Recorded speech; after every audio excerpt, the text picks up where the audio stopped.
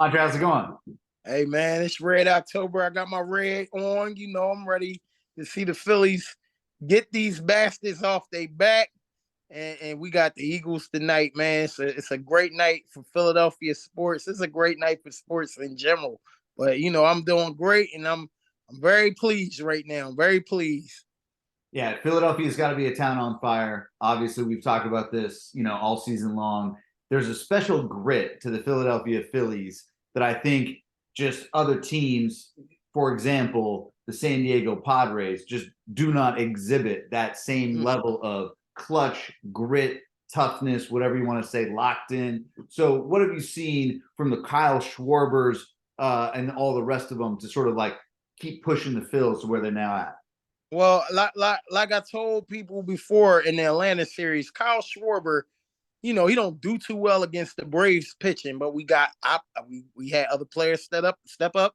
We got the job done, got them out of here. So now Kyle Schwarber bat has been on fire going up against the Diamondbacks. Zach Gallen, possible Cy Young winner, and between him and Blake Snell, he ain't looked nothing like he did in the regular season against us. So I see, these guys want it. You know what I mean? Bryce Harper, he rallied the troops. He's captain Philadelphia. These guys rally behind him. Schwarber been here before. Trey Turner been here before. These guys have been in these moments. The Phillies just removed from being out of a World Series. They still had that nasty taste in their mouth. They are proving that all you need to do is get in the playoffs and get hot at the right time. You got a great bullpen, great pitching staff. Zach Wheeler and Aaron Nola are the best pitching duo in baseball as of right now. Zach Wheeler threw strong, 7 innings, 8 strikeouts. He got the job done. We needed our bullpen to get a rest because the game before we used up our bullpen in that bullpen game that we lost 6-5. But Zach Wheeler came out and did what he needed to do. Kyle Schwarber, a 461-foot home run in a ballpark where they say it's hard to hit home run. Not for K. Schwarb. Schwarb went deep. Then you got Bryce Harper, Captain Philadelphia. If this guy don't exemplify and wear Philadelphia on his heart right here, man, like no other. Listen, athletes, take a page out of Bryce's book, man. How he's endeared to the Philadelphia fans. He listens to Sport Talk Radio. He loves the city of Philadelphia. And it shows. And this guy, he was already being pegged as one of the greats at a young age. And it's showing how many guys, we spoke on it last week, how many guys show up in the big moments, man. In the biggest moments, the big time players. He's one of them guys, man. And I'm just happy and blessed that he chose to come play for Philly, man. Thank you, Yankees fans or New York Yankees front office for not even entertaining the thought of getting Bryce Harper because the guy grew up a Yankees fan. And y'all chose Giancarlo Stanton. Thank you. Thank you. Hey, big players play in big moments, right? I mean, like you said, Bryce Harper had one of the Phillies' 3 home runs in Game 5. And the stat that I read that their playoff total now is 23, second most of all time through 11 games of a postseason. I mean, this is a team that exemplifies the phrase locked in, right? Hey, man, this team resembles them back in the 90s and the early 2000s American League teams where they have mashes up and down all the way from the top of the order all the way down to 7th, 8th. We got guys that can knock shit out the park. You know what I mean? The top of the lineup, Schwarber, you got him starting it off. Trey Turner, one of the best shortstops in baseball, one of the best, or I would say the fastest man in baseball, hands down. You got him hitting in the 2 order. Then you got Bryce, you got Alec Bohm, you got JT Real Muto, Bryson Stott, Nicky Castellanos. Come on, man. Look, our team is loaded. It's hard for opposing pitchers to just go through that lineup and try to, because, yeah, you might get 1 or 2 or 3 of them out, but what about the rest of those guys? You're not going to shut out too many times a Philadelphia Phillies batting order. It's hard, man. It's too much, too loaded, too much firepower. I'm excited for the Phils to send it all the way into the World Series back to back, make it happen for the city. not to put a damper on this conversation, but we're going to switch it up now from first question, Phil's. Now we're going second question. We are Penn State. What happened against the Ohio State? James Franklin, I'm gonna make a plea to you. Open your fucking playbook up, man. That dink and dunk shit is not gonna work. You're not gonna beat the Alabamas. You're not gonna beat the Georgias. You're not gonna beat the Michigans. You're not gonna beat Ohio State, as you saw. You out here trying to protect the quarterback. He gotta learn. Let him play his game. Let him go over the top. You might get some penalties on them just by throwing the football. Them dink and dunk slant routes. That shit is dead. Your rushing attack. Nick Singleton, Katron Allen, they didn't get off. They didn't do much yesterday. Both had 9 rushes apiece. You was more concerned about keeping his mental right. You don't know what you have until you gotta put the Ferrari on the lot. I mean, on the street and drive it to see what it offer. Come on, man. Dinking and dunking. But let me shout out Manny Diaz, the defensive coordinator of the Penn State Nittany Lions. They played a hell of a game. Abdul Carter, number 11. When you wear number 11 at Penn State, you got to be a dog. You hear me? LeVar Arrington wore that number. Micah Parsons wore that number. Abdul Carter is among those to wear number 11, and he play like those individuals. Our defense is great, but it's our offense. And James Franklin, you were horrible. You're horrible on your play calling yesterday, man. You need to get it together because you might still have a chance to get in the playoff with one loss, depending on who gets knocked off from here out. But you cost the Penn State Nittany Lions a great opportunity because the game was right there, minus the referee robbing us of that touchdown that we got on defense, the interception. Curtis Jacobs ran it back, but they called holding on Kalen King, I believe, or one of the cornerbacks, whatever. We still had a chance to win that game going into the fourth quarter. That offense was too vanilla for my liking. This loss is all on James Franklin, hands down. And you got to pay a little bit of credit, like you were saying before we jumped on the pod. Marvin Harrison Jr., some of these guys that the Ohio State has got, on their side of the football offensively. I mean, what makes Harrison Jr. so unique in your eyes, especially given, all of the other elite wideouts that are kind of hitting the NFL every year? Not only he got the size, the brother is 6'3", 6'4". He runs a sub 4.3 already.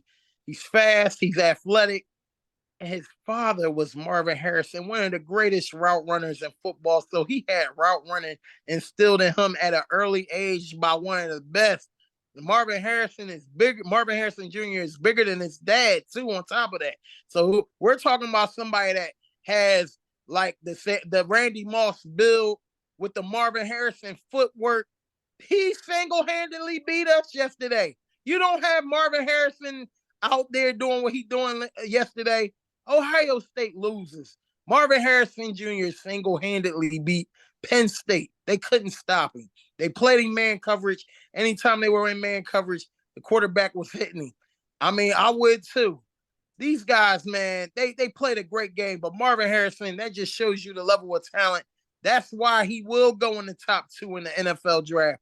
And that's why when he get in there, he might be the second coming of his pop. He might even look like a Justin Jefferson type of player. He is going to be an amazing NFL player when he gets into the league, whoever drafting. But Marvin Harrison single-handedly beat us, and it's all James Franklin's fault. Get your play calling up, James. Hey, Marvin Harrison also making LeBron James's football cleats look all right, right? Look all right. I mean, not too many players can back up the legitness of Apple Watch on the field, LeBron James kicks on the field. I think he had a little Louis action earlier this year. I mean, he runs it, but he can make it look good on the field as well. He's the best football player in college, hands down. And then that's my opinion. Over Caleb Williams, over Drake May, over the quarterback at Washington, that beat, or what's his name? Penix. Yeah. Marvin Harrison Jr. is him, and then it's everybody else, because that is the for sure talent. He, like, out of everybody that will be in the draft, he's bust proof.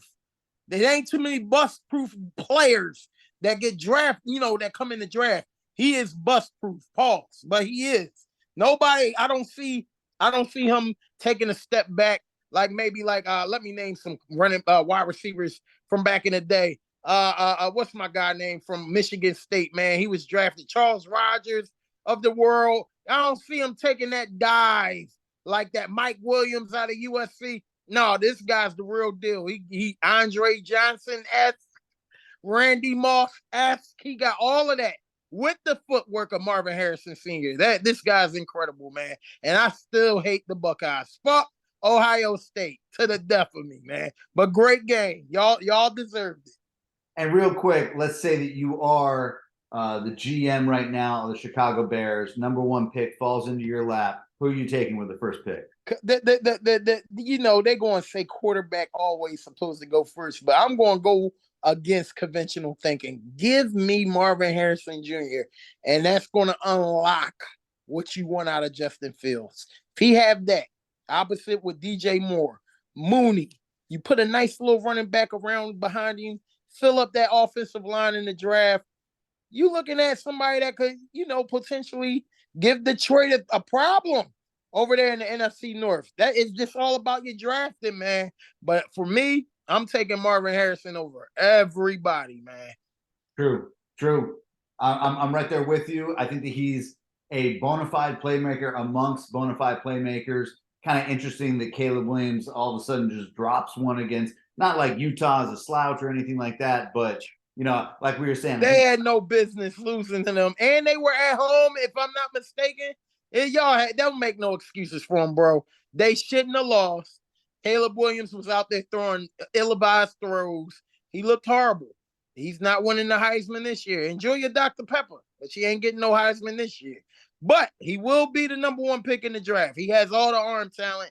He is the best talent to come out of the draft in a couple of years. I would even say that about like the what's my guy name? Joe Burrow, Trevor Lawrence. He's going to be up there on that level of talent. He is that level of talent. But for me, Marvin Harrison is the best out of the class. And Caleb Williams looked horrible yesterday.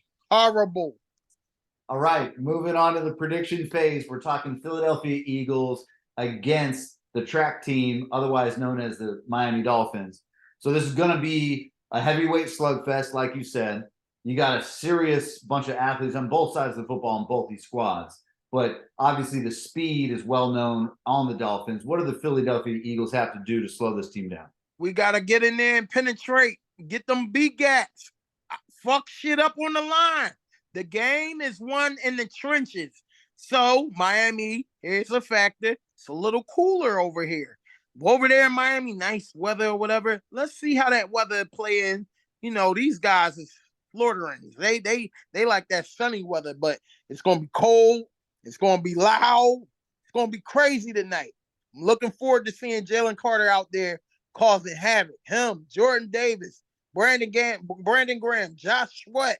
I'm looking forward to the D-line implementing, establishing, and setting a tone against the offensive line of the Dolphins, who's pretty good. These guys are pretty good over there for the Dolphins, and they don't get enough credit. They got a lot of guys getting their numbers up, but Tua getting that protection is allowing him to get the job done. So I gotta give credit to the O-line of the Dolphins. But when it's all said and done, listen, Jalen Hurts, we can't throw no ill-advised throws. That's another thing we gotta look for. That was horrible against the Jets. And I love my man Hurts. That was not a Hurts-like game. That was very, very horrible. The play calling from the offensive coordinator, Brian Johnson, I need you to get your shit together. With 2 minutes left and we got the lead, why are we passing the ball? Why are we passing? Why can't we just run the ball with our best offensive line in front of us? Just run the fucking ball. You want to pass? That's the problem. People get in their own way when they try to get cute. We can't do that. Can't play around with these guys, man. This is the gauntlet of the schedule, and it begins tonight. So I'm looking forward to seeing my Eagles do their thing against the Dolphins. I'm looking for 27. I'm going to say 29-24 Eagles. Okay. 29-24 Eagles over the Dolphins, man. 29-24, Birds over the Fins. Lock that one in. Andre, as always, thank you for tapping in. Thank you for the education. Go Birds, fly Eagles fly. We'll see you next week. We'll do it again next week, bro. No doubt, bro.